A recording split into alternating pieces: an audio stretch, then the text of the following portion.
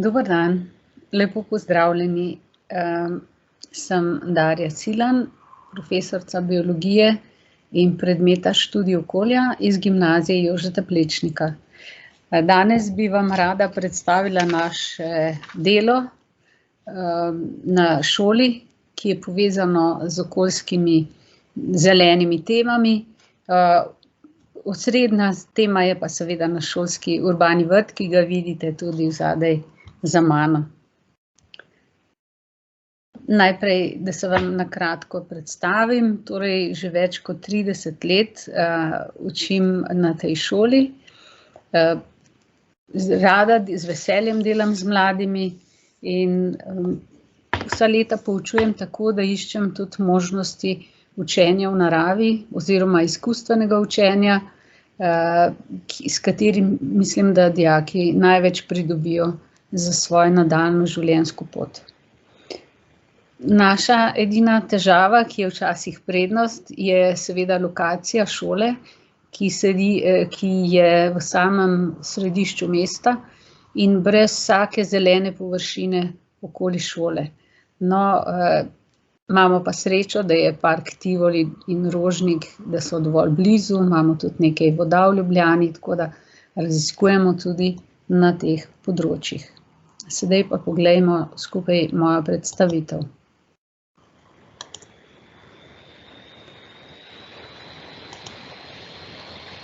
Naslov moje današnje predstavitve je, da smo šola z razgledom. Ta razgled, beseda razgled ima seveda dvojni pomen. Razgled v fizičnem smislu, tule z šolskega vrta ali pa s terase je res imeniten razgled. Pomembnejši je pa ta notranji, duševni, intelektualni, duhovni razgled, ki oba, torej to, kar je povezano s tem notranjim razgledom, je pa vsekakor bolj pomembno od zunanjosti.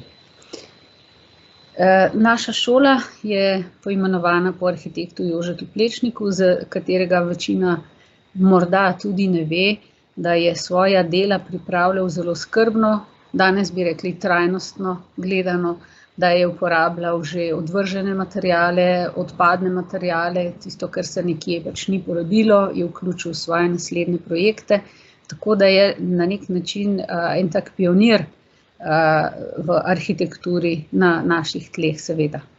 Na sliki poleg njega je še fotografija naše nove šolske knjižnice, ki je dobila tudi oblikovalsko nagrado za samo izvedbo. V takem majhnem prostoru je res en tak čudovit kotiček za mlade in pa tudi za profesorje seveda.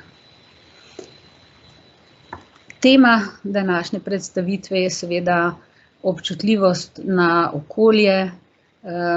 Naše vsebine so ves čas povezane s tem, da bi postali dejansko občutljivi na vse dogajanje okrog nas, na to, kar so posledice človeškega delovanja in pa seveda kakršni so naravni procesi in pojavi. Kurikul okoljska vzgoja za gimnazije je en tak skriven kurikul, za katerega smo vse gimnazije obvezane, da ga izpolnimo, vsaka na svoj način in je del vzgoje in izobraževanja za trajnostni razvoj. Vse te vsebine postajajo vedno bolj pomembne, aktualne, predvsem zaradi podnebnih sprememb, ki se nam dogajajo, ki vstopajo v naše življenje in zahtevajo od nas drugačen razmislek o prihodnosti. Srečo imamo na naši šoli, da se je vodstvo že pred mnogimi leti zelo modro odločilo za predmet študij okolja, ki je glavni nosilec različnih dogodkov na šoli povezanih z okoljskimi temami. Vsekakor pa vsako načrtovanje sloni na nekih izkušnjah, na predhodnem delu kolegov, dijakov v preteklosti, katerim želimo dodati nekatere novosti. Pri vsem tem je pa izredno pomembno sodelovanje, tako na nivoju recimo učiteljev, dijakov, kot tudi navzven. Sodelovanje v mednarodnih projektih, kot so Ekošola, Erasmus, UNESCO, in pa seveda tudi povezovanje z drugimi šolami v Ljubljani, v Sloveniji, z lokalno skupnostjo, in pri tem se seveda nenehno srečujemo tudi z medgeneracijskim povezovanjem. Na sliki vidite tako imenovani ekokotiček, ki je vedno nekako aktualno opremljen z novostmi oziroma z neko idejo, z nekim pogledom dijakov, kako vidijo določene okoljske vsebine, vprašanja in potem na tak zanimiv način to tudi predstavijo. Od razmišljanj postopno prehajamo na konkretizacijo teh idej, načrtov, ki so seveda postavljeni, vendar jim je treba vdihniti življenje, jih je treba spraviti v prakso. Kot sem že uvodoma rekla, je moja želja in najbrž kot želja vsakega biologa to, da gremo ven v naravo, da doživimo naravo, da izkusimo dogajanja v naravi. In zato tudi iščemo poti za to izkustveno učenje zunaj, izven učilnic. Na šoli imamo mnogo tradicionalnih raziskovalnih taborov, mednarodnih športnih taborov, astronomska opazovanja. Skratka, če je le možno, pobegnemo ven iz mesta in preživimo nekaj dni v naravi, ob določeni temi, z recimo prenosnim laboratorijem in tako dalje. En zelo odmeven korak pri teh naših zelenih dejanjih je seveda postavitev šolskega urbanega strešnega vrta in zatem še ozelenitev zgornje terase. Letos pa si želimo postaviti tudi čebelnjak in kar dobro nam kaže. Na sliki vidite dva dogodka. Spodnji dogodek prikazuje enega od takih taborov, ko smo bili v Tolminu, ob sotočju Soče in Tolminke, smo raziskovali, je bil naravoslovni in tudi družboslovni tabor, se pravi medpredmetno sodelujemo. Zgoraj pa vidite proces ozelenitve zgornje terase, ki je res danes eno tako čudovito središče za različne dogodke. Zavedamo se, da so to drobni koraki, da so to preproste stvari, ki pa pustijo lahko zelo globoke sledove. In sicer si želimo, da bi na podlagi različnih aktivnosti dijakov, mladih, dosegli to, da bi postali bolj odgovorni, da bi se naučili vztrajnosti, spoštovanja, skrbi za naravo in sočloveka in da bi iskali predvsem rešitve, ne toliko razglabljali o problemih, ampak da bi se bolj osredotočili na rešitve, ki dajejo potem tudi zagon. In tako smo ustvarili urbani strešni šolski vrt, kar je bilo precej zahtevno, ampak smo bili zelo bogato plačani za naše delo. Da smo se zadeve lotili, smo potrebovali zelo dobro ekipo, od vodstva šole, učiteljev, različnih predmetov, potem dijakov, ki so sodelovali. Da je bilo vse natančno in dobro narejeno, smo rabili pomoč strokovnjakov in seveda tehničnega osebja. In tako smo prišli od načrtovanja do izvedbe. Tule na skrajni levi sliki vidite, kako je izgledala ta naša mala terasa, torej prazen prostor, približno 50 kvadratnih metrov, kjer je bilo vedno zelo vroče, dolgočasno in praktično neizkoriščen prostor. Potem smo na to teraso postavili tak mobilen vrt iz preprostih materialov.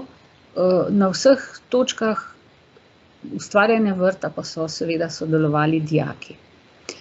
Na desni strani imate našo publikacijo, ki smo jo soustvarjali oziroma pretežno so jo ustvarjali načrtovalci in krajinski arhitekti iz društva Pazi park, za katere smo zelo hvaležni, da so naši sopotniki na tem vrtu.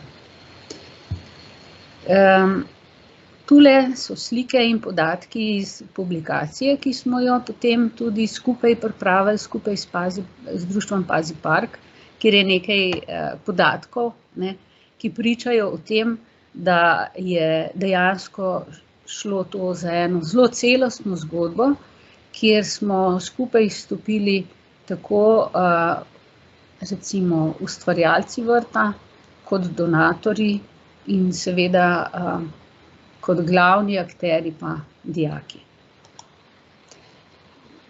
Časovno je to prikazano na eni taki časovnici preprosti. Začeli smo leta 2015, idejo smo dobili na srečanje koordinatorjev ekošole, namreč smo ekošola, no in potem se je začela zgodba odvijati naprej. Letos pa smo že naredili prve korake za postavitev čebelnjaka in vključitev v čebeljo pot, ki je pod pokroviteljstvom Mestne občine Ljubljana. Na začetku, ko smo se odločali za vrt, si sploh nismo predstavljali, kaj vse nam bo ta vrt prinesel. Tukaj imate navedene nekatere podatke. Skratka, vsul se je cel niz različnih drugih pozitivnih odločitev in dogodkov, s katerimi je bilo naše ustvarjanje vrta povezano. Prišlo je do ene razgibanosti življenja na šoli, kar naenkrat se nam je odprlo navzgor, smo postali nekako odprti, povezani z svetom in pa seveda tudi navzven. Naša dobra praksa je opogumila še nekatere druge šole, recimo ekonomsko srednjo šolo, da so si na terasi postavili tudi krasen vrt, ali pa recimo eno srednjo šolo v Franciji, zaradi katere smo vstopili v nov projekt Erasmus, kjer raziskujemo urbane šolske vrtove. Skratka, ena dobra stvar oziroma neka stvar, ki jo naredimo z veseljem, sproži cel niz pozitivnih odzivov. Tule so pa izjave dijakov, povzete iz knjižice, ki sem jo že prej omenila. Skratka, predvsem je to namenjeno njim, vrt je darilo dijakom in jim omogoča mnogo različnih izkustev, osnov vrtnarjenja, o trajnostnem ravnanju se pogovarjamo, o tem, kako je pomembno, kako izbiramo način, metodo postavitve takšnih vrtov, kako s tem ozelenimo strehe, kako s tem zmanjšamo pregrevanje, ki je v mestu zelo veliko in tako dalje. Skratka, ne da bi vedeli, smo nekako že kar postali del te zgodbe o zelenih mestih, za vroč planet, pa o tem sploh takrat nismo razmišljali. Da počasi zaključim, bi lahko rekla tole. Po zdaj skoraj 6 letih, odkar se je vrt, kar smo postavili vrt, lahko rečem, da vrt živi, ga vzdržujejo dijaki, ga ustvarjamo še naprej. Različne vsebine smo povezali z vrtom. Vsekakor tista osebna angažiranost, zaradi katere smo vrt ustvarili, je prerasla naprej v to skupnostno ustvarjanje, da smo se povezali z lokalno skupnostjo, s tem, kot sem že rekla tudi, da smo se medgeneracijsko povezali in vsekakor vse skupaj je vključeno v šolski kurikel. Tule so naši načrti za prihodnost. Takole, ker je naš čas odmerjen, ob tem zaključujem, torej imamo veliko novih idej in vas želimo opogumiti, da tudi vi naredite en tak korak v tej smeri, v drobnih odločitvah, manjših, večjih načrtih, s katerim mlade podpiramo na njihovi poti v bolj trajnostno družbo, v kateri bodo zaživeli slej ko prej. Lepo pozdravljeni in hvala lepa za pozornost.